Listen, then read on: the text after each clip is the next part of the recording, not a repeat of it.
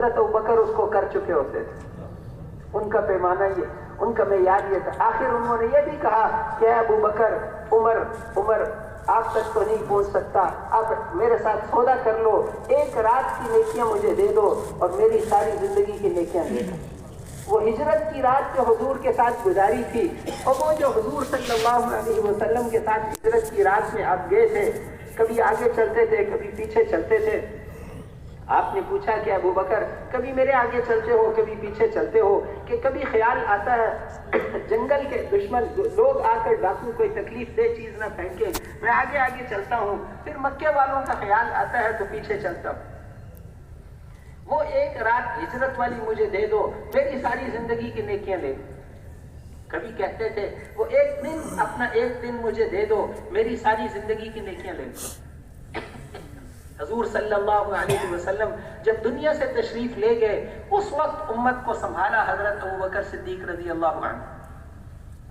اس وقت جو ہے انہوں نے امت کو سنبھالا کہ وہاں پر آپ تو ہدایت کا سورج تھے, اور سورج غروب ہو جائے تو اندھیرا تو ہو ہی جاتا. تو اس وقت حضرت ابوبکر صدیق رضی اللہ عنہ نے, سب کہہ رہے تھے کہ حضرت اسامہ کا لشکر آپ نے بنایا تھا, اس کو آپ ابھی روانہ نہیں ہوا تھا کہ آپ دنیا سے رخصت ہو, لیکن آپ جاتے جاتے فرما رہے تھے نفذوا جیش اسامہ, نفذوا جیش اسامہ, حضرت اسامہ کا لشکر روانہ کر دیں. حضرت ابوبکر خلیفہ بن گئے تو انہوں نے کہا پہلا کام تو حضرت اسامہ کا لشکر روانہ کریں. انہی دنوں ہرقل قیصر روم فوجیں لے کر آ گیا تھا کہ جس نبی کی وجہ سے اللہ کی مدد آتی تھی وہ نبی دنیا سے چلے گئے, اس وقت ان کو ختم کرنے کا موقع. مسلمہ کذاب فوج لے کر آ گیا, وہ آ گیا, سجاد فوجیں کئی آ گئی. سب نے کہا کہ حالات بدل گئے. حضرت ابوبکر صدیق رضی اللہ عنہ نے کہا کہ نہیں, اللہ کے رسول پر وحی نازل ہوتی تھی, انہوں نے فرمایا تھا اسامہ کا لشکر روانہ کرو, اب ہم اس بارے میں تم لوگوں سے کوئی مشورہ نہیں کریں گے, یہ تو حکم ہے. جیسے یہ مشورہ نہیں ہوتا کہ نماز پڑھیں یا نہ پڑھیں, نماز تو پڑھنی ہی ہے, وہ تو کوئی کچھ ہو یا نہ, نماز تو پڑھنی ہی پڑے گی, یہ حکم تو پورا کرنا ہی, ہم سارے ہلاک ہو جائیں پھر بھی پڑھنی پڑے, پھر بھی اللہ یہ لشکر روانہ کرنا پڑے. لوگوں نے کہا کہ امیر ہی بدل دو. حضرت اسامہ بچے تھے, ان کے بھی داڑھی نہیں آئی تھی. ان کے والد صاحب کو حضور صلی اللہ علیہ وسلم ہمیشہ امیر بنایا کرتے تھے, کیونکہ امیر کو چھوٹا بن کر ساتھیوں کو چلانا چاہیے, وہ صفت ان کے اندر خوب پائی جاتی. زندگی میں جب بھی ان کو کسی تشکیل میں بھیجتے تو امیر زید ابن حارثہ کو بناتے تھے. اب وہ پچھلے سفر میں وہ شہید ہو چکے تھے, اس لیے ان کے بیٹے کو امیر بنایا. اور اس لشکر میں حضرت عمر بھی تھے, ابو عبیدہ ابن جراح بھی تھے, ایسی چوٹی کی ہستیاں تھیں, اور امیر وہ اسامہ. لوگوں نے کہا کہ امیر صاحب بدل دو, لیکن حضرت ابوبکر سے بات کون کرے, ایمان کا روب ہوتا ہے. حضرت عمر رضی اللہ عنہ کو کہا آپ بات کریں, وہ گئے. حضرت ابوبکر نے ان کی داڑھی پکڑ لی کہ تیری ماں تجھے روئے, جس آدمی کو حضور نے امیر بنایا تھا میں اس کو بدل دوں گا, وہی امیر صاحب ہیں, کوئی نہیں بدل سکتا, اسی کے ساتھ جانا پڑے. صحابہ تو یہ کہہ رہے تھے کہ ہمارے دل اس وقت زخمی ہیں, کسی پرانے ساتھی کو امیر بنا دو, لیکن ان کا نہیں, وہی امیر بن کر جائیں گے. ان کے لشکر کو تو روانہ کر دیا, کوئی ایک آدمی بھی اس میں سے نہیں ٹھہر سکتا. پھر صحابہ کو جمع کر کے کہا کہ یہ تو حضور کا حکم تھا, ادھر اللہ کا حکم ہے. لوگوں نے زکوٰۃ میں تبدیلیاں کر دیں, زکوٰۃ دینے سے انکار کیا. نماز اور زکوٰۃ کو اللہ نے ہمیشہ اکٹھا بیان کیا ہے. حضور صلی اللہ علیہ وسلم کے زمانے میں اونٹ کے ساتھ جو باندھنے والی رسی زکوٰۃ میں دیتا تھا, میرے زمانے میں اگر اونٹ دے گا رسی نہیں دے گا, اللہ کی قسم اتنی کمی بھی برداشت نہیں کروں گا. اینقص الدین وانا حی, دین میں کمی آ جائے اور ابو بکر زندہ ہو, یہ تو نہیں ہو سکتا. یہ نہیں کہا کہ ابو بکر, عمر, عثمان, علی یہ سارے ہم ہوں اور پھر بھی دین نہیں, کا دین میں کمی آ جائے اور ابو بکر زندہ ہو, یہ تو نہیں ہو سکتا. ہر ایک اپنی ذمہ داری سمجھتا. چنانچہ اس وقت ان کو سب کی رائے یہ تھی کہ اب دیکھ لیں, اب ایک ہی لشکر تھا, وہ ہم نے بھیج دیا, اب پیچھے تو کچھ ہے نہیں. حضرت عمر, سب کی رائے یہ تھی, مہاجرین, انصار, سب کہہ رہے تھے کہ ایک ہی طاقت تھی ہماری, وہ چلی گئی, اب ان کا کلمہ نماز پڑھتے ہیں, اتنا قبول کر لو, زکوٰۃ کا مسئلہ فی الحال چھوڑ دو. تو حضرت ابوبکر رضی اللہ عنہ ممبر پہ چڑھ گئے اور فرمایا کہ حضور آئے تھے کس طرح انہوں نے محنت کی دین کو پھیلانے کے لیے، کتنی قربانیاں دی، دین میں کمی برداشت نہیں کروں گا، اگر تم سارے نہیں جاؤ گے میں اکیلا جاؤں گا، تم نہیں جاتے میں اکیلا جاؤں گا۔ اور اس وقت یہ بھی فرمایا کہ اللہ کی قسم اگر سارے انسان اور سارے جن اور سارے درخت اور پتھر بھی اکٹھے ہو کر آ جائیں دین کے خلاف لڑنے کے لیے اور کوئی میری مدد کرنے والا نہ ہو، میں اکیلا ان سب کا مقابلہ کروں گا۔ اگر انسان اور جن اور درخت اور پتھر اکٹھے ہو کر آ جائیں پھر بھی میں ان کا مقابلہ کروں گا۔ حضرت عمر رضی اللہ عنہ نے کہا اللہ اکبر، اللہ نے آپ کی زبان پر حق جاری کیا، ہم سب آپ کے ساتھ جائیں گے۔ اس وقت کسی نے یہ بھی کہا کہ آپ سب کو لے کر جا رہے ہو، پیچھے مدینے میں کوئی بھی نہیں، ہماری بیویوں کی تو خیر ہے، حضور صلی اللہ علیہ وسلم کی بیویاں امہات المومنین، ان کی حفاظت کون کرے، کوئی مرد تو آپ نے پیچھے چھوڑا ہی نہیں۔ تو حضرت ابوبکر رضی اللہ عنہ نے اس موقع پہ فرمایا کہ اگر تم سارے چلے جاؤ اور دشمن آ کر امہات المومنین کو شہید کر دے اور ان کے جسم کو سنبھالنے والا کوئی نہ ہو اور جنگل کے جانور آ کر ان کو مدینے کی گلیوں میں ان کے جسموں کو گھسیٹتے رہیں، یہ تو برداشت کریں گے، لیکن دین مٹ جائے اور ہم یہاں رہیں یہ برداشت نہیں کریں گے۔ اس لیے اس وقت حضرت عمر رضی اللہ عنہ کہا کرتے تھے وہ ایک دن جو آپ نے امت کو سنبھالا تھا وہ ایک دن مجھے دے دو، میری ساری زندگی کی نیکیاں لے لو، میری نیکیاں ساری لے لو۔ تو اللہ جل شانہ ہمیں توفیق۔ تو اس لیے جب جنت کی بات آئی تو اللہ نے وہاں چلنے کا نہیں، دنیا کی محنت کے لیے، دنیا کے تقاضوں کے لیے کہا چلو تھوڑا بہت چل لیا کرو، نمازوں کے لیے تیزی سے چل کر جاؤ، جنت کے لیے کہ ایک دوسرے سے مقابلے کرو۔ اور پھر اللہ کا ذکر آیا کہ وہاں تو پھر دوڑ لگاؤ، فَفِرُّوا إِلَى اللَّهِ، اللہ کی طرف تو دوڑ لگاؤ۔ اللہ تک پہنچنے کے لیے تم نے اللہ کے سامنے جانا ہے، ایک دن اللہ کے سامنے کھڑے ہونا ہے، اس کو راضی کر لو۔ تو اس لیے یہ ہمارا کام ہے، ہماری ذمہ داری ہے، ختم نبوت کی وجہ سے یہ کام اللہ نے ہمارے ذمہ لگایا ہے۔ تو اس لیے اپنے اخلاق پر بھی محنت کرنا، حضور صلی اللہ علیہ وسلم والے اخلاق کو سیکھا، ہر ایک مخلوق کے ساتھ، اللہ کی مخلوق کے ساتھ اچھا سلوک کرنا۔ مومن سب سے مانوس ہوتا ہے، نرم دل ہوتا ہے، المؤمن یألف ویؤلف، مومن محبت کرتا ہے، لوگ اس سے محبت کرتے ہیں، ولا خیر فی من لا یألف ولا یؤلف، اور کوئی خیر نہیں اس سے جو نہ محبت کرے اور نہ لوگ اس سے محبت کریں۔ نرم دل ہوتا ہے مومن، ادھر کرو ادھر ہو گیا، ادھر کرو ادھر ہو گیا۔ مومن تو جو ہے وہ صفات، اخلاق، مومن والے اخلاق اللہ ہمیں نصیب فرما دے۔ معاف کرنے والا، درگزر کرنے والا، نرمی کو اختیار، نرمی وہ کام کرتی ہے جو سختی نہیں کر سکتی۔ صبر کرنا، شکر کرنا، اخلاق میں یہ بھی داخل ہے کہ ہمارے دل کے اندر حسد نہ ہو، کینہ نہ ہو، بغض نہ ہو، تکبر نہ ہو، دنیا کی محبت نہ ہو، حب مال حب جاہ نہ ہو، ریاکاری نہ ہو، اور اپنا بڑا بننے کا جذبہ نہ ہو، اللہ کی محبت ہو، یہ بھی اخلاق میں داخل ہے۔ اخلاق صرف ہنس کر ملنے کو نہیں کہتے، اخلاق کہ ہمارا دل صحیح ہو جائے۔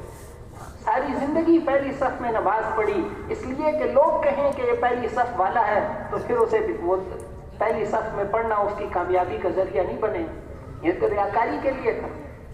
اس لیے اخلاص کے ساتھ ہو، اللہ کو راضی کرنے کے جذبے کے ساتھ اخلاق پر بھی محنت کرنا، اللہ کے راضی کرنے کے لیے ہر عمل کو کرنا۔ اور میرے محترم بھائیوں اور دوستوں، مومن کی جان اور مال تو اللہ کے دین کے لیے۔ حضرت اکرمہ جب مسلمان ہوئے، ابو جہل کے بیٹے، وہ تو مانتے ہی نہیں تھے۔ حضرت خالد بن ولید رضی اللہ عنہ فتح مکہ سے پہلے مسلمان ہونے کے لیے آئے تو ان کو بہت ترغیب دی تھی۔ انہوں نے کہا کہ ساری دنیا بھی مسلمان ہو جائے میں تو پھر بھی نہیں ہوں گا۔ مکہ فتح ہو گیا تو مکہ چھوڑ کر بھاگ گئے کہ ایران جاتا ہوں۔ ان کی بیوی ام حکیم مسلمان ہو گئی۔ حضور صلی اللہ علیہ وسلم سے انہوں نے پناہ مانگی کہ میرے خامن کو 2 مہینے کے لیے پناہ دے دو۔ آپ نے کہا دے دی۔ بس وہ پھر اپنے خامن کو لینے کے لیے گئیں، یمن تک پہنچ گئیں۔ یمن میں پہنچ کر وہ آگے ایک جہاز میں بیٹھ کر بحری جہاز میں جا رہے۔ اللہ کی شان، جو ہی وہ چلا آگے ایک بھنور میں وہ پھنس گئے۔ وہ جو ملاح تھا وہ مسلمان تھا، کہ اخلصو، اخلاص والا کلمہ پڑھو۔ تو اکرما نے پوچھا کہ اخلاص والا کلمہ کیا ہے؟ کہ لا الہ الا اللہ محمد رسول۔ اس نے کہا اسی سے تو بھاگ کر آیا تھا، اور کہ یہاں نہیں پڑھو گے تو آج نہیں بچ سکتے۔ اتنے میں انہوں نے دیکھا کہ ایک عورت، ان کی بیوی وہاں پہنچی، ان کو بتایا کہ تمہارا خامند اسی جہاز میں جا رہا ہے۔ تو انہوں نے اپنا کپڑا زور زور سے ہلایا، وہ سمجھے کوئی مسافر پیچھے رہ گیا ہے، واپس آئے تو اکرما نے دیکھا کہ بیوی ہے، ان کا اچھا ہوا تم بھی آ گئی، ان کا میں نہیں آئی، میں تمہیں لینے کے لیے آئی، ان کی عزت تو تمہاری عزت ہے، اے اکرما تجھے محمد صلی اللہ علیہ وسلم کی تلوار سے صرف ان کی گود میں جا کر ہی اس سے حفاظت ملے، ان کی تلوار سے تمہیں کوئی نہیں بچا سکتا۔ تو اس لیے اس نے ایسی ترغیب دی کہ وہ چپ کر کے بیوی کے ساتھ چل پڑے۔ بیوی لے کر آئی، وہاں پر مدینہ منورہ پہنچ گئے، اور آ کر انہوں نے کہا کہ اللہ کے رسول، آپ نے ان کے آنے سے پہلے صحابہ کو کہہ دیا کہ ابو جہل کا بیٹا آ رہا ہے، خبردار اس کے آنے کے بعد اس کے باپ کو برا بھلا نہ کہنا۔ ابو جہل نے تو ساری زندگی دشمنی میں گزار دی، لیکن آپ نے اس کے باپ کو برا نہ، مرے ہوئے کو کوئی نقصان ہوتا نہیں، زندہ کو تکلیف ہو۔ وہ آگے انہوں نے کہا کہ یہ میری بیوی کہتی ہے کہ آپ نے مجھے 2 ماہ کے لیے پناہ دی ہے۔ پناہ کا مطلب یہ تھا کہ کافر بن کے بھی یہاں رہوں، 2 مہینے رہ سکتا ہوں۔ آپ نے کہا تمہیں 4 مہینے کے لیے پناہ ہے۔ بڑے متاثر ہوئے، انہوں نے کہا اچھا آپ چاہتے کیا ہیں؟ انی مسلمون، کہ وہ تو عرب تھے، سمجھتے تھے مسلم کا معنی فرما برداری، کیا فرما برداری چاہتے ہیں؟ کہ یوں کہو انی مسلم مہاجر مجاہد، اسلام جس چیز کی قربانی کا تقاضا کرے گا اس کو چھوڑوں گا، اور اسلام کے لیے سب کچھ قربان کرنے کے لیے تیار ہوں۔ ان کا انی مسلم مہاجر مجاہد۔ آپ خوش ہو گئے، اکرما مسلمان ہو گئے۔ آپ نے فرمایا اکرما مانگ، آج کیا مانگتا ہے؟ آج جو مانگے گا دوں گا، میں جو مانگوں گا وہ میرا رب مجھے دے گا، آج مانگو کیا مانگنا ہے۔ انہوں نے کہا اللہ کے رسول، میں تو دنیا کی کوئی چیز مجھے نہیں چاہیے، میں دنیا میں کبھی کسی سے پیچھے نہیں رہا، میں جو ہے میں یہ چاہتا ہوں کہ میں نے جتنی جنگیں آپ کے خلاف لڑی ہیں، اور جتنے مشورے آپ کے خلاف ساری زندگی کیے ہیں، اور جتنے سفر آپ کے خلاف کیے ہیں، آپ دعا کرو اللہ وہ مجھے معاف کر۔ آپ نے ہاتھ اٹھائے کہ اللہ اکرما نے جتنی جنگیں میرے خلاف لڑی ہیں، اور جتنے مشورے میرے خلاف کیے ہیں، اور جتنے سفر میرے خلاف کیے ہیں، آپ اس کو معاف کر، میں اس سے راضی ہو گیا۔ بس وہ اتنے خوش ہوئے، انہوں نے کہا کہ اب اے اللہ کے رسول، اللہ کی قسم، دنیا اسلام کو مٹانے کے لیے جتنی جان مال خرچ کیا تھا، اب اس سے دگنا اسلام کو پھیلانے کے لیے کروں گا۔ پھر 10-12 سال زندہ رہے، لیکن کبھی آرام سے نہیں بیٹھے، کہتے تھے جہاں کوئی نہیں جاتا وہاں مجھے بھیج، جس تشکیل میں کوئی نہ جائے وہاں میں جاؤں۔ قربانیاں، مشقتیں، خطروں میں ہمیشہ گھس جاتے۔ حضرت خالد بن ولید رضی اللہ عنہ نے ایک دفعہ ان کے گھوڑے کی لگام کو پکڑ لیا اور فرمایا کہ تم ہمیشہ خطرے میں اکیلے گھس جاتے ہو، ساتھیوں کا انتظار بھی نہیں کرتے، اگر تمہیں کچھ ہو گیا تو ہمیں بہت صدمہ ہوگا۔ تو انہوں نے فرمایا کہ خالد، تم نے تو حضور کے زمانے میں کافی کارنامے کر لیے، ہمیں بھی کچھ کرنے دو۔ اور کہ تم تو، میں اور تم جب حضور کے ساتھ جنگیں لڑتے تھے تو تم نے کبھی میرے گھوڑے کو نہیں پکڑا تھا، آج اس کو چھوڑ دو۔ کون موت پر بیٹھ کرتا ہے؟ 80 گھرانوں کو ساتھ لے کر آئے، 80 گھرانوں کو ساتھ لے کر چلے تھے حضرت عمر رضی اللہ عنہ کے زمانے میں، کہ حضرت عمر نے پیچھے کرتے کرتے ان کو، جب حضرت بلال آئے، دوسرے آئے قربانیاں دینے والے، ان کو آگے، ان کو سرداروں کو، یہ تو بڑے سردار تھے، پیچھے کر دیا۔ تو انہوں نے آخر میں، سمجھدار تھے، ایک دوسرے کو کہا کہ امیر کی کوئی ملامت کی بات نہیں ہے، ہم نے اس وقت قربانیاں نہیں دی جب انہوں نے قربانیاں دی تھی۔ آخر میں انہوں نے آ کے حضرت عمر سے پوچھا کہ جیسے آپ نے ہمیں پیچھے کر دیا ہے، قیامت کے دن اللہ بھی ہمیں پیچھے کر دے گا۔ حضرت عمر نے سر نیچے کیا، پھر انہوں نے کہا کہ اگر تم ان جیسی قربانیاں دے دو نا تو پھر اللہ تمہیں پیچھے نہیں کرے گا۔ پھر 80 گھرانوں کو ساتھ لے کر گئے ہیں، عورتوں مردوں کو۔ جب مکے سے نکلے تو وہ سارے مکے والے پیچھے آ گئے، کیونکہ اخلاق والے تھے۔ کہا ہمیں چھوڑ کر اکرما کہاں جاتے ہو؟ انہوں نے ان کو سب کو جمع کر کے کہا کہ تمہیں چھوڑ کر اس لیے نہیں جا رہا کہ مجھے کوئی اور شہر پسند ہے، اس سے اچھا کوئی شہر نہیں کہ اللہ کے رسول یہاں پیدا ہوئے ہیں، اور تمہیں چھوڑ کر اس لیے نہیں جا رہا کہ کسی اور قوم والوں کے پاس رہنے کے لیے جا رہا ہوں، قریش سے اچھی کوئی قوم نہیں کہ اللہ کے رسول قریشی ہیں، بس دنیا میں کوئی میں کسی سے پیچھے نہیں رہا، ان لوگوں سے پیچھے رہ گیا جنہوں نے قربانیاں دی، ان تک پہنچنے کے لیے ان سب کو لے کر جا رہا۔ ان 80 گھرانوں میں سے صرف ایک مرد اور ایک عورت زندہ واپس آئے۔ حضرت عمر رضی اللہ عنہ نے فرمایا تھا کہ اتنی بڑی قربانی کس نے دی ہوگی، پھر کہ ان کی آپس میں شادی کر دو، یہ خاندان ختم ہی نہ ہو جائے۔ یہ ایک مرد اور ایک عورت جو بچا ہے، اس کی نوجوان کی شادی کر دو تاکہ یہ خاندان ختم نہ ہو جائے۔ ایسی قربانیاں دیں۔ تو وہ ان سے بیعت کی اس دن، کہا کون بیعت کرتا ہے موت پر؟ بیٹا بھی اپنے سامنے شہید، وہ سب اس دن لاکھوں کی کافروں کی تعداد تھی، اس میں لڑتے لڑتے سینے پر تیر اور سینے پر وہ تلواروں کے زخم، اس دن 100 زخم آئے ان کے جسم کے اگلے حصے۔ لوگ ان کو کہتے تھے اپنے اوپر ترس کھاؤ، اور وہ کہتے تھے یہ جان بہت دفعہ لات اور عزا پر قربان ہوئی ہے، آج اس کو اللہ اور اس کے رسول پر قربان ہونے دو۔ آخری وقت میں حضرت خالد بن ولید آئے، ان کا سر اٹھا کر یہاں رکھا۔ کیا ہوا کہ اللہ جل شانہ نے فتح نصیب فرما دی۔ کہ حضرت عمر کو ہمارا یہ پیغام پہنچا دینا کہ جو انہوں نے کہا تھا وہ ہم نے پورا کر دیا، وہ قربانی تو ہم نے دی ہے، اب اللہ جل شانہ آخرت میں ہمیں پیچھے نہیں کریں گے۔ اس لیے وہ قربانیاں دینے والے، تو ایمان دین تو قربانیوں سے زندہ ہوتا ہے، قربانیوں سے زندہ ہوتا ہے۔ اللہ کے دین کے لیے قربانی، یہ بہت تھوڑا ہے، یہ دنیا بہت تھوڑی ہے۔ دنیا کو اگر ہم نے بڑی فیکٹریاں بھی بنا لی تو یہ مچھر کا پر ہے، آخر ایک دن اس سے جدا ہونا ہے۔ قسمیں کھا کھا کے فرمایا کہ یہ پکی ٹھکی باتیں ہیں، یہ مذاق کی باتیں نہیں ہیں۔ انہ لقول فصل وما هو بالهزل، یہ مذاق کی باتیں نہیں ہیں، یہ مذاق کی باتیں نہیں ہیں، یہ پکی ٹھیکی باتیں ہیں، ایسا ہونے والا ہے۔ تو ساری دنیا میں جانا ہے، اللہ کے دین کے پیغام کو لے کر جانا ہے۔ تم اللہ کے دین کی مدد کرو، اللہ تمہاری مدد کریں۔ ہم کیا کر سکتے ہیں؟ ہم تو خالی گشت کریں گے، دعوت دیں گے، لوگوں کو دعوت دیں گے، اس کو اللہ کے دین کی مدد، اللہ کے دین کی مدد، اللہ اپنی قدرت اور شان کے ساتھ ہماری مدد فرمائیں۔ اللہ کی مدد ہمارے ساتھ۔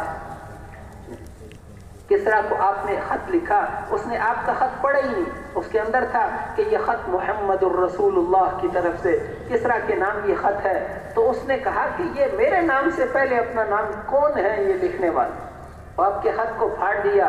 تو آپ نے فرمایا کہ اس نے ہمارا خط نہیں پھاڑا، اس نے اپنا ملک ہی پھاڑ دیا۔ ہلاک کسرا فلا یکون کسرا بعدہ، کسرا ہلاک ہو گیا، آج کے بعد دنیا میں کوئی کسرا نہیں آئے گا۔ تو اس لیے اللہ کی مدد داعی کے ساتھ۔ موسیٰ علیہ السلام کو اللہ نے فرمایا جاؤ فرعون کے پاس، نبوت نصیب فرمائی، انہوں نے وہیں کھڑے کھڑے دعائیں مانگی۔ رب اشرح لی صدری، اللہ سینہ کھول دے، یہ تو بڑے سینے والوں کا کام ہے۔ ویسر لی امری، میرا کام آسان کر دے، میری زبان کی گرہ کو کھول دے۔ چوتھی دعا بڑی عجیب مانگی کہ میرے بھائی کو بھی شریک کر دے۔ وَجَعَلْ لِي وَزِيرًا مِّنْ أَهْلِي هَارُونَ أَخِي أُشْدُدْ بِهِ أَزْرِي وَأَشْرِكْهُ فِي أَمْرِي كَيْ نُسَبِّحَكَ كَثِيرًا وَنَذْكُرَكَ كَثِيرًا إِنَّكَ كُنْتَ بِنَا بَصِيرًا۔ اللہ جل شانہ نے فرمایا جاؤ ساری قبول ہیں۔ قد اوتیت سؤلک یا موسیٰ، داعی کی دعا قبول ہوتی، قبول ہیں، اللہ کے راستے میں دعائیں قبول ہیں، مسافر کی دعا رد نہیں ہوتی۔ اس محنت کے لیے اللہ نے ہمیں بنایا ہے، یہ اس امت کی امتیازی چیز ہے۔ ہمیں ہماری بیویوں کے لیے نہیں بنایا، اور ہمیں ہمارے بچوں کے لیے نہیں بنایا۔ ہم تاجر نہیں ہیں، ہم زمیندار نہیں ہیں، ہم سندھی نہیں ہیں، ہم بلوچی نہیں ہیں، ہم بروہی نہیں ہیں، ہم پاکستانی نہیں ہیں، یہ فانی نسبتیں ہیں۔ ہم محمدی ہیں، مسلمان ہیں، حضور صلی اللہ علیہ وسلم کے امتی ہیں۔ ساری دنیا کے انسانوں تک اللہ کے پیغام کو پہنچانا یہ ہماری زندگی کا اصل مقصد ہے۔ وَكَذَلِكَ جَعَلْنَاكُمْ أُمَّةً وَسَطًا لِتَكُونُوا شُهَدَاءَ عَلَى النَّاسِ وَيَكُونَ الرَّسُولُ عَلَيْكُمْ شَهِيدًا، ہم نے تمہاری امت کو ساری امتوں میں سے افضل امت بنایا ہے تاکہ تم قیامت کے دن لوگوں کے گواہ بنو، اور حضرت محمد صلی اللہ علیہ وسلم تمہارے گواہ بنے۔ اللہ کا دربار ہوگا اور نبیوں کی گواہی یہ امت کھڑی ہو کر دے، کسی مجسٹریٹ کا دربار نہیں ہوگا، اللہ کا دربار ہوگا، اور حضرت نوح علیہ السلام کی گواہی یہ امت دے۔ کہ تمہارا گواہ کون ہے؟ ان کی امت کہے گی ہم تک پیغام نہیں پہنچا۔ نوح علیہ السلام کہیں گے اللہ میں نے پیغام آپ کا پہنچایا تھا۔ ان کی امت کہے گی پیغام نہیں پہنچا۔ اللہ نوح علیہ السلام کو کہیں گے آپ کا گواہ کون ہے؟ تو نوح علیہ السلام عرض کریں گے کہ امت محمدیہ میری گواہ ہے، کہ بلاؤ امت محمدیہ کو، یہ گواہی دیں گے۔ تو وہ امت کہے گی ہم نہیں مانتے، یہ تو اس وقت پیدا ہی نہیں ہوئے تھے۔ اللہ ان سے فرمائیں گے تم تو تھے ہی نہیں۔ یہ کہیں گے کہ اللہ آپ سچے، آپ کے نبی سچے، آپ کا قرآن سچا، اس صادق و مصدوق ذات کو آپ نے نبی بنا کر بھیجا تھا، انہوں نے ہمیں بتایا تھا، قرآن میں آپ نے فرمایا تھا۔ نوح علیہ السلام نے اپنی امت کو دعوت دی، قال رب انی دعوت قومی لیلا ونہارا فلم یزدہم دعائی الا فرارا۔ یہ ساری نوح علیہ السلام کی دعوت ہے۔ تو اللہ جل شانہ نے اس امت کو اتنی بڑی عزت سے نوازا ہے کہ ان کے چہروں پر قیامت کے دن نبیوں والا نور ہوگا، اور نبیوں کی گواہی یہ امت وہاں پر کھڑی ہو کر دے۔ یہ اس لیے کہ یہ ہمارا اصل کام ہے، ساری دنیا کے انسانوں تک اللہ کے دین کے پیغام کو پہنچانا، یہ ہمارا کام ہے۔ ہمارے اللہ نعوذ باللہ بوڑھے نہیں ہوتے۔ ہمارے اللہ جس طاقت اور قدرت کے ساتھ حضرت ابراہیم علیہ السلام کے زمانے میں تھے، اور جس طاقت اور قدرت کے ساتھ حضرت موسیٰ علیہ السلام کے زمانے میں تھے، اور ہمارے اللہ جس طاقت اور قدرت کے ساتھ حضرت عیسیٰ علیہ السلام کے زمانے میں تھے، اور ہمارے اللہ جس طاقت اور قدرت کے ساتھ حضرت محمد الرسول اللہ صلی اللہ علیہ وسلم کے زمانے میں تھے، ہمارے اللہ آج بھی اسی شان اور طاقت اور قدرت اور کبریائی کے ساتھ ہیں۔ وہ نعوذ باللہ بوڑھے نہیں ہوتے، صرف ہمارے اندر کمی آئی ہے۔ جیسے ایک نمک کی تاثیر نہیں بدلی، جیسے جڑی بوٹیوں کی تاثیر نہیں بدلی، اللہ کے وعدے کیسے بدل سکتے ہیں؟ وَلَن تَجِدَ لِسُنَّةِ اللَّهِ تَبْدِيلًا۔ اللہ کی سنت بدل نہیں سکتی، اللہ کے وعدے بدل نہیں سکتے، اللہ کے وعدے سچے ہیں۔ اگر آج ہم اللہ کے وعدوں پر یقین کر کے اللہ کے دین کی محنت میں لگیں گے تو اللہ نے جو مددیں اور جو نصرتیں انبیاء کے ساتھ کر کے دکھائی تھیں، اور جو مددیں اور جو نصرتیں صحابہ کے ساتھ کر کے دکھائی تھیں، وہ مددیں اور نصرتیں اللہ ہمارے ساتھ بھی کریں۔ تو ساری دنیا میں جانا ہے، اللہ کے دین کے پیغام کو لے کر جانا ہے، اور اللہ کی مدد ہمارے ساتھ ہے۔ تو ساری دنیا میں جائیں گے انشاءاللہ۔ اس کے لیے فرمائے کہ جو جن بھائیوں کے قوائف پورے ہیں اور انہوں نے پہلے جو ہے وہ وقت 4 ماہ لگے ہوئے ہیں اور مقام پر بھی کام کیا ہے، ملکوں کے لیے فرمائیں گے، ملکوں میں جانا ہے، سال 7 ماہ کی جماعتیں ساری